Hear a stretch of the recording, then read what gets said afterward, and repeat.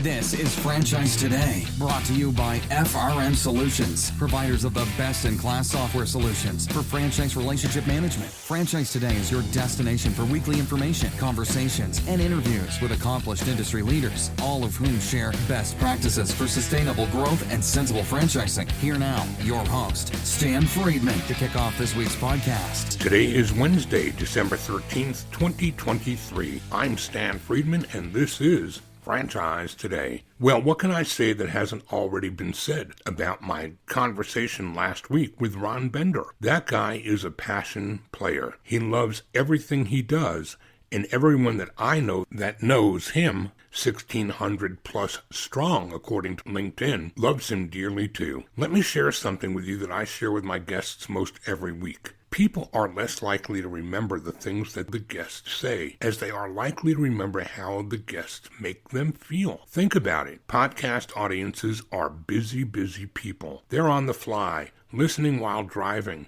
pounding treadmills, sitting on flights from here to there. Levels of attention and engagement are all over the road. But that said, it doesn't take undivided attention to convey the sincerity of someone who lives to pay it forward. That, my friends, is Ron Bender, and I'm so happy we were able to get him on. Today we do it again with Babz and Michael Barnett, a husband and wife franchisor team at the head of the table at Romp Roll, a young childhood enrichment exercise, education, STEAM, and STEM concept with amazing stories to tell. But before we get to that, let me tease the incredible lineup of guests already scheduled for the weeks ahead, up to and beyond the new year. Coming up next week, you'll hear from Stefan Figley, president at 1-800-PACKOUTS, with another inspiring story about someone from the corporate world who got smitten by franchising but never saw it coming. Jonathan Thiessen, Chief Development Officer at Home Franchise Concepts, follows that. And then along comes Aaliyah Alston, who will be one of my rising stars of franchising. As co-founder, franchisor, and CEO at Icebox Cryotherapy Studios. And then in early January, in conjunction with the release of Entrepreneur Media's 2024 Franchise 500, Jason Pfeiffer, Editor-in-Chief at Entrepreneur, will be here to talk about the Franchise 500 and a whole lot more. So a lot to look forward to in the weeks ahead. And let me encourage you again to please visit our website, revisit some of the hundreds of interviews you may have missed, suggest future guests, check out my latest blog posts, and yes, please leave us a review and let me know how we're doing. Simply drop in at franchisetodaypodcast.com and I will be most grateful. Okay, a quick timeout, and I'll return in 2 minutes or less with this week's guests, Babz and Michael Barnett, founders of Romp Roll, and their amazing one-of-a-kind story. Don't go away.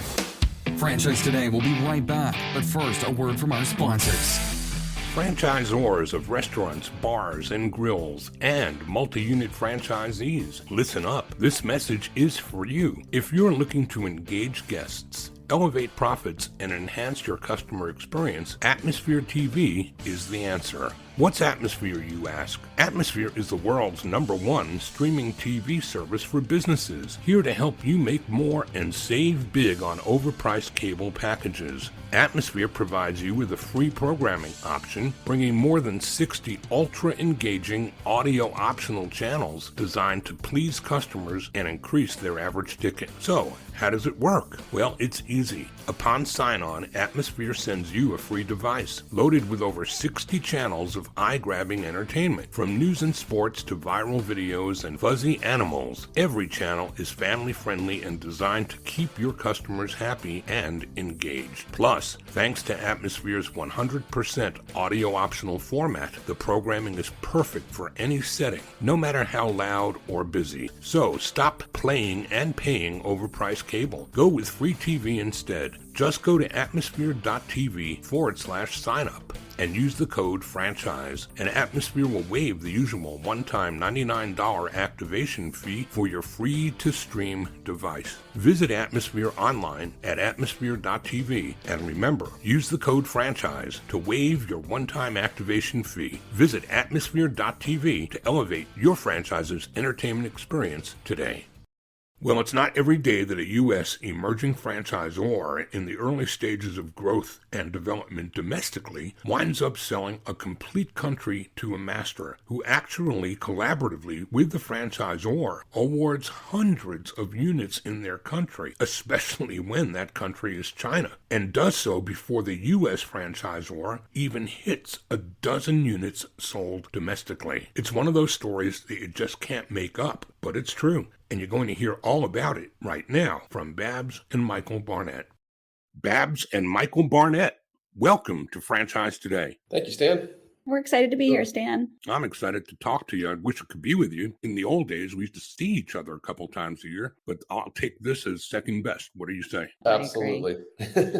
So it's very unusual that we have more than one guest at a time, but this is a story that life partners, right? That you're married, you're in business together, you're married in every way possible. So we can't really have a conversation with one of you without having the other as well. So this is going to be a fun story to tell, and we're going to tell it the way we always do from the beginning. How did franchising find you guys? Well, I'd say the way it found us is we opened our first corporate location for Romp and Roll back in 2004, and less than a year later, we opened a second location. And I think like what happens with other franchisors, our customers assumed that we were a franchise, and people were regularly asking us what it was like to be a franchisee of Romp and Roll. And after that happened enough times, we figured, well, people think we're a franchise. Maybe we should make this a franchise, and started exploring what that meant. And this have been on the journey for the past 15 or 16 years ever since. So what did that look like? How did this manifest from a company-owned store to becoming a franchise? What did you know about franchising, and where did you go to learn more? Well, we knew nothing about franchising. Our dream was to open this wonderful place for children and their families and something for the community. And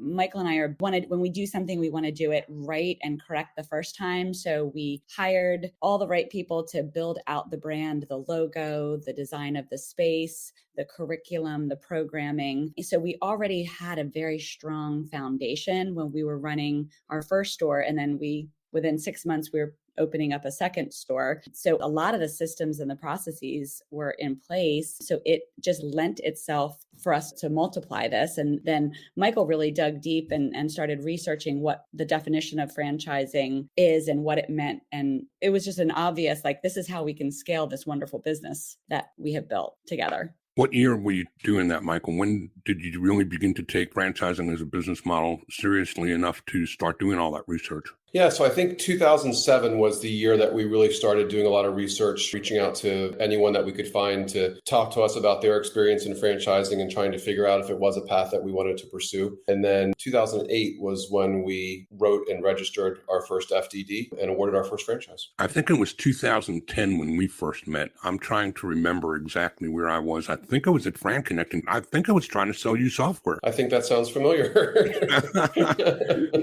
And as I remember, the reply from you then was, I'm not ready for that yet. And I'm not certain that we really have this thing going to the degree that I feel like it was being treated by you then as maybe yes, maybe no. We'll see where this goes. But look, man, you've taken this thing to a global proportion, and we're going to talk about that and unpack some of that today. So walk us up from there to what became the next big milestone. Well, I guess the interesting part of our journey is, well, as I mentioned, we opened our first franchise location in 2008, which a lot of people probably remember as the middle of a terrible recession. So that was an interesting and not ideal time to try to launch a franchise company. But nonetheless, we did open several units in those years, 2008, 2009. Right around that time, I came to learn that once you are in a compelling category, which we are in, and you get a little bit of momentum in the US, there's people all over the world that are looking for the next hot franchise opportunity. And we started getting more inquiries internationally than we even were in the US, which was saying something because we were getting some interest in the US. But one group came along. It was a couple that were Chinese citizens, but living in New Jersey, and had set a goal for themselves of acquiring the master franchise rights to the next big thing in the US. And they identified us. We hit it off. Actually, we did say no to them about 10 times, but finally felt like it was something that we would find interest in pursuing, and ended up awarding them a master franchise agreement for China. And from 2010 to 2015, we helped them open about about 350 units there. That is an amazing story. That's not something you hear every day. You hear U.S. franchisors aspiring to go overseas and sometimes doing it too early deflects their attention from the further development in the U.S. You launched a rocket. Well, I mean, to be fair, it did deflect our attention from the U.S. and it could have gone wrong a million different ways, but it didn't. We had the right partner and we built the right business model with them, and we had the right amount of support, and we had a great relationship, and it was really magical. We built something really, really great together. Yeah, so it was not in our plan. They found us and took it from there. Well, that's what I said is always the case, Babz. Franchising finds us. You don't go looking for it, it finds us. So take us from there forward. What came next? Well, in 2015, our partners in China were looking to raise capital in China, and they were getting a lot of interest from different entities there, but nobody was interested in being beholden to the folks in the U.S. under a master franchise agreement. So they bought us out, and we exited that business, and they have since carried on with the Romp and Roll brand, but independently of us as a master franchisee. And then that gave us the opportunity, starting in 2016, to really turn our full attention back to the U.S. And we took some of the capital that we generated from the exit in China and did a lot of good development in our franchise system, some marketing and some personnel. And we're just getting ready to see all of the fruits of that coming to bear when our friend COVID hit in 2020, which was obviously not a friend to a business that has built itself on a business model of groups of people getting together in relatively small spaces and socializing. So that was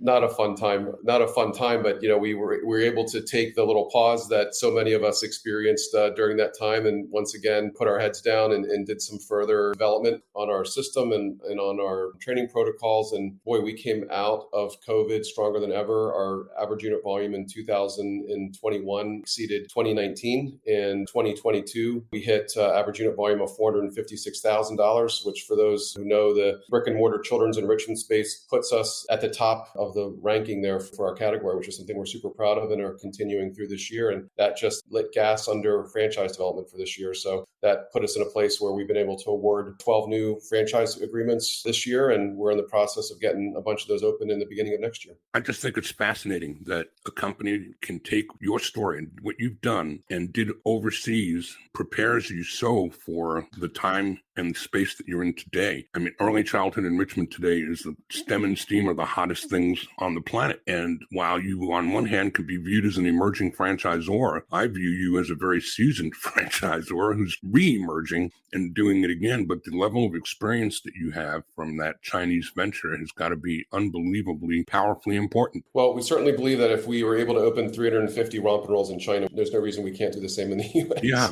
really. And the interesting thing about the time during COVID, I mean, we obviously had franchise locations open. We had a few corporate stores, and we are early enrichment, but our goal is to create a community in each neighborhood, like a third space. And it was amazing. The current members that we had at all our stores supported us, and they continued to pay their membership fees. So in the fear of us, they didn't want us to close. So they supported us. We pivoted and we did some online Romp and Roll classes. And when we were able to come together again in public, then everybody was just dying to get out of their house and come back to Romp and Roll. So that was really a great testament to the community that we've built within the neighborhoods that Romp and Rolls are in. You're the second guest to so eloquently describe the situation of young kids during the COVID era. I had a conversation with Stacy Ryan at School of Rock, and she talked about that very much the same way, saying young kids breathing each other's vapors. But when you think about it, you would think that would be a devastating event for schools and businesses like yours that are so dependent on bringing people together when the whole world is shutting down. So a testament to the power of the brand that your people hung with you. Absolutely. Thank you very much. Yeah, thank you. I'll tell you what, let's take a quick break. And when we come back, let's talk some about your responsibilities today. What do you each do in this business, and who else is joining you for the party? And we'll come back and do that with Babz and Michael Barnett. They are the co-founders of Romp and Roll, and we're going to take a quick break and come right back. Don't go away. Franchise Today will be right back, but first, a word from our sponsors. In today's world, franchisors must apply systems that manage and support all aspects of franchise relationships, whether it's supporting prospective franchisees on their discovery journeys or getting units open and properly supported, whether it's managing legal, compliance, and royalties, or managing franchisee location and ownership information. I'm talking about FRM Solutions and the power of one system, one tool that manages it all for multiple stakeholders across a single brand or across an entire enterprise for multi-branded portfolio companies. Yes, a single instance of FRM is all it takes across departments and across brands. One system providing a single source of truth that will push, pull, and integrate with data from other sources. Plus, FRM offers dynamic and comprehensive dashboarding and robust reporting with customizations available across all departments and brands. So, replace inflexible take-it-or-leave-it platforms with a more personal approach and satisfy the needs of many with the power of one. FRM Solutions, the only one that lets you have it your way. Visit frmsolutions.com to learn more or to order up a demo today.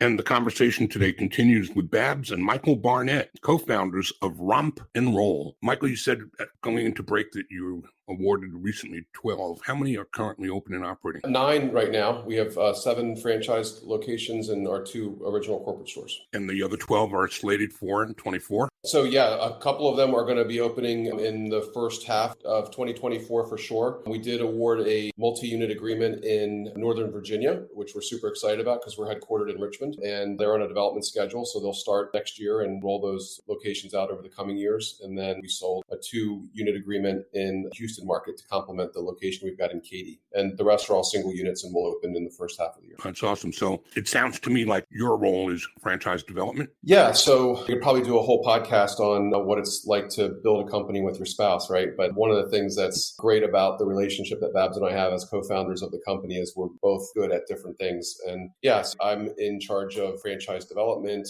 I oversee marketing and finance, and Babz digs deep on operations and training. And she's very good at company culture and building strong relationships with our franchise owners. And what we did right in the beginning, Stan, is we established which area of the business we were going to be ultimately responsible for to avoid any conflicts in or out of the marriage. So we established that Michael would be in charge of what he talked about and I would be in charge of what I talked about. And then not to say that we can't collaborate, but at the end of the day, we each had decision-making power over those areas of the business. And it is definitely avoided a lot of conflict over the years. And so you talked about some of the capital that came from your exit going into reinvestment into some parts of the business. What are those things looking like? What did you invest heavily in? People, first of all. So we're big believers in building out the franchise system ahead of what you need. And today we have, as I just mentioned, 7 franchise locations, and we've got 5 full-time employees on our corporate team and a couple of fractional and part-time employees. So we have built a system that has tons of capacity, and we're definitely ready to grow and support many more franchise owners. So personnel, I'd say, would be the first thing we invested in. The second thing that we've invested in heavily is our digital marketing and our search engine optimization. And that has paid huge dividends for us at the store level with feeding new customers and traffic into our centers, but also on the franchise development side. Of the 12 units that we've awarded this year, they are all organic, and most of them came through organic search. So talk about what the secret sauce is that makes Romp and Roll, when it's available in a community, the go-to place for moms to bring the kids. What's the significant differentiator with so many choices out there? Well, we specialize in children 5 and under. Those studies show that children 5 and under learn very differently than children older than that. So we specialize and honed in on that age set where some of our competitors go up to 13. The other thing is we have developed a customer service program that nurtures and takes care of our family. So it's not just about the children, it's about the entire family. When mom is exhausted and walking through our doors, we will greet her and take the kids off of her hands and help guide her into the class. So we always go above and beyond to nurture and care for not only our children, but our families, the parents as well. I'll add one more element to our secret sauces. As Babz mentioned, we are intentionally very narrow in our age range. So we only serve children from from 3 months to 5 years, but we've gone very broad in what we offer them. So instead of just a place where kids can take tumbling classes and maybe a music class, we have a full-blown art curriculum, which we've created. We offer science classes, dance, cooking, sports. So we really see ourselves and want to be the place, as Babz mentioned earlier, as a hub in the community where parents can bring babies, toddlers, and preschoolers. And no matter what is of interest to the child, or maybe what the parent wants to expose the child to, we want to be a place that they can find that at Romp Roll. Right. We want to develop the whole child. So it's not just a physical. We work on cognitive and social as well through our variety of classes. And we talked about STEM and STEAM. We incorporate that into our construction class and our silly science class. So a lot of homeschoolers will use us as curriculum for some of their homeschooled kiddos. And what kind of hours do you guys keep? Are you there from early morning into the evening? Yes, we're open 7 days, and we start our classes in the 9 o'clock hour, 9:15. And some days we're there. We have a kids' night out drop-off program, and we'll be there till about 9 o'clock at night. We do classes on weekends in the morning, and then we do our super birthday bash in the afternoon. So we're romping and rolling a lot, Stan. How about labor? How has labor and the fact that the world has changed and people don't want to work anymore, does that impact your business, given that you're dealing with so many different aspects of education and programming? How do you find people to fill those gaps? Well, it hasn't been easy. I think that COVID and people being home and getting supplement to their income has caused a different mindset when it comes to the work ethic. However, the nice thing about Romp and Roll is the culture and the reward. So it's greater than just the paycheck. It's the way that our staff has the ability to positively impact these young children's lives and their family. It's something that you can't put a price tag on, and the job satisfaction when you're at a Romp and Roll is just exponentially better than working at a retail outlet or even a desk job. So the rewards are great, and it allows us to attract the right type of person to nurture our families. So as somebody who's already played the franchise game at the level that you guys have in the past, this is a business question, I guess, in how we're seeing franchising evolve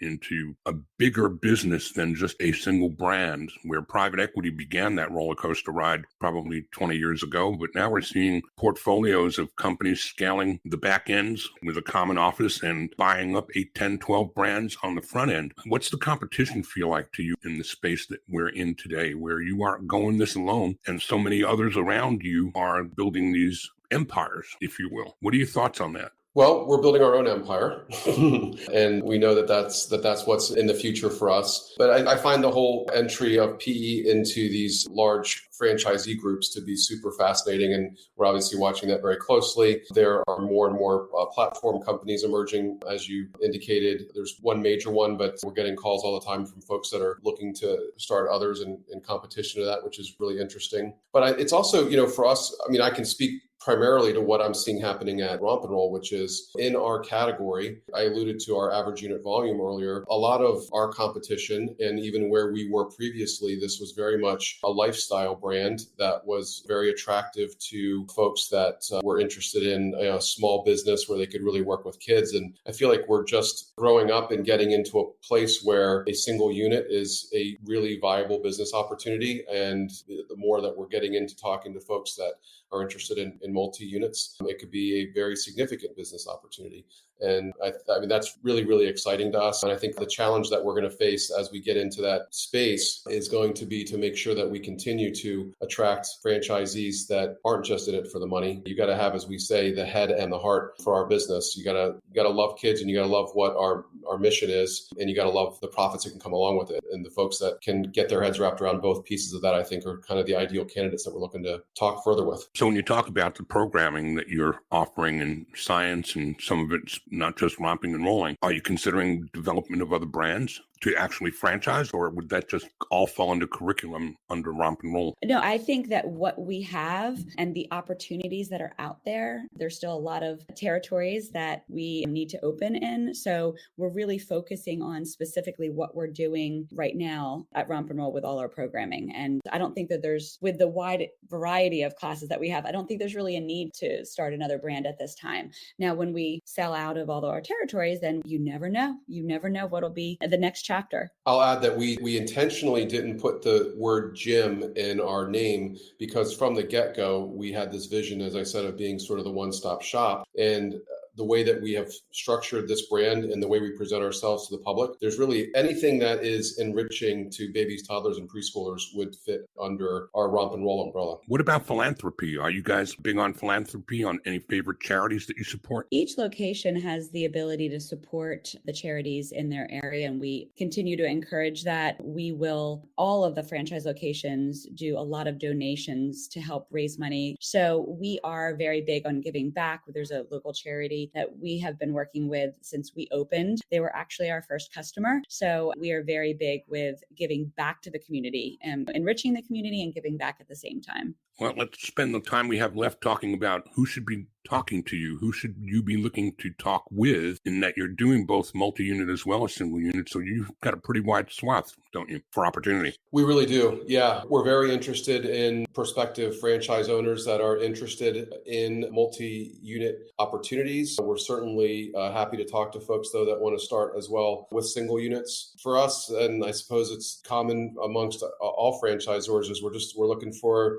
the right people with the right mindset in the right markets and with the right financial profile. And when all that happens, that's where the magic happens. And we've been successful at that in the past 6 to 8 months. And anybody that kind of fits that category, we'd definitely like to talk to about joining us in our mission as we move forward. What's the typical footprint look like, Michael? Is it freestanding or is it inline strip? How does it look? Yeah, we haven't really done any freestanding. It's everything that we've done has been inline in kind of like Class B plus shopping centers. Our prototype is 3,500 square feet. And what we're seeing right now is we're clearly a destination type business. So we never pay the rent to be next to Starbucks or adjacent to a grocery store. But our original corporate location here in Richmond is in a shopping center that's now it's about 30 years old, I suppose, but we're right across the street from Costco. And so we've got the high traffic in the area, but not necessarily focused in our shopping center itself. And that's sort of the model that we look for. And geography-wise, are you open and operating or available for interest in all 50 states, or are you restricting your territories geographically in any way? Right now, this year, we are not in most registration states, but we're certainly going to revisit that next year and do probably at least the majority of those. So yeah, I would say that we head into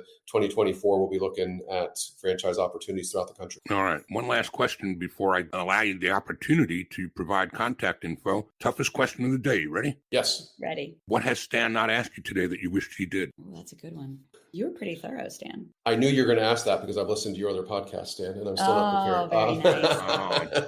How about the biggest mistake we've made? All right, go for it. I would say as a young franchisor, we did not understand the need to be properly capitalized out of the gate. And as I said, have the resources to build a support system within our franchise company before we needed it. We're there now. I wish that we had that from get-go. And I think there's probably too many people that start to franchise their business thinking that they're going to bootstrap it with franchise fees. And probably 99% of the time, if not more, that's not a good idea. And one of the smartest things that we did was we held on to 2 stores as our corporate stores, which sometimes infuses money into the franchise system when it needed to. And as we grow, we'll probably franchise those 2 locations. But that is a great piece of advice for anybody that's new starting out in franchising, is have your revenue coming in and your income coming in from some of your own stores, so you'll have that financial support going forward. I think we call it proof of concept. At the same time, it helps to pay the bills and further develop the brand. Great input, Babz. Well, guys, I think it's time for contact info, because I'm hoping that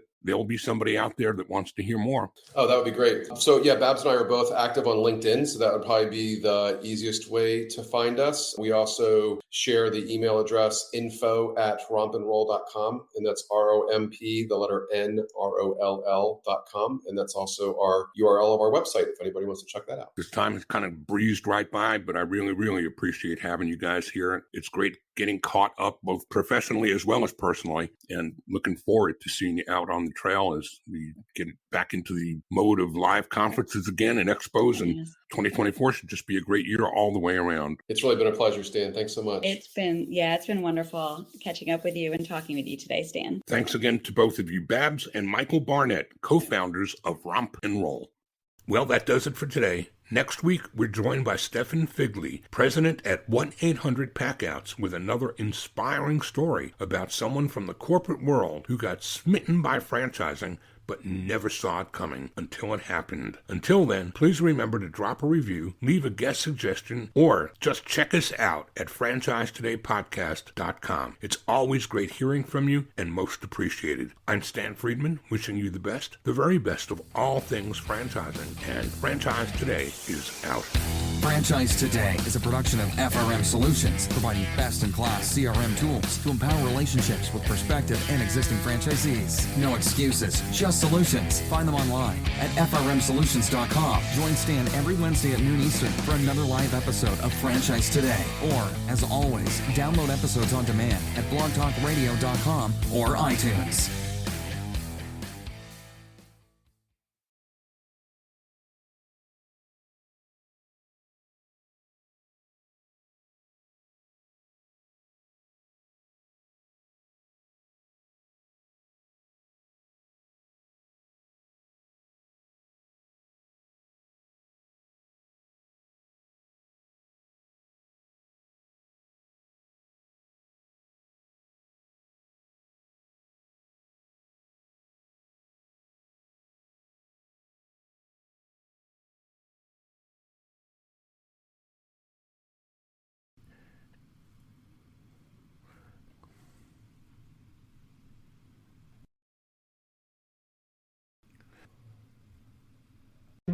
When you're part of a military family, you understand sacrifice and support. So at American Public University, we honor your dedication by extending our military tuition savings to your extended family. Parents, spouses, legal partners, siblings, and dependents all qualify for APU's preferred military rate of just $250 per credit hour for undergraduate and master's level programs. American Public University. Value for the whole family. Learn more at apu.apus.edu/military.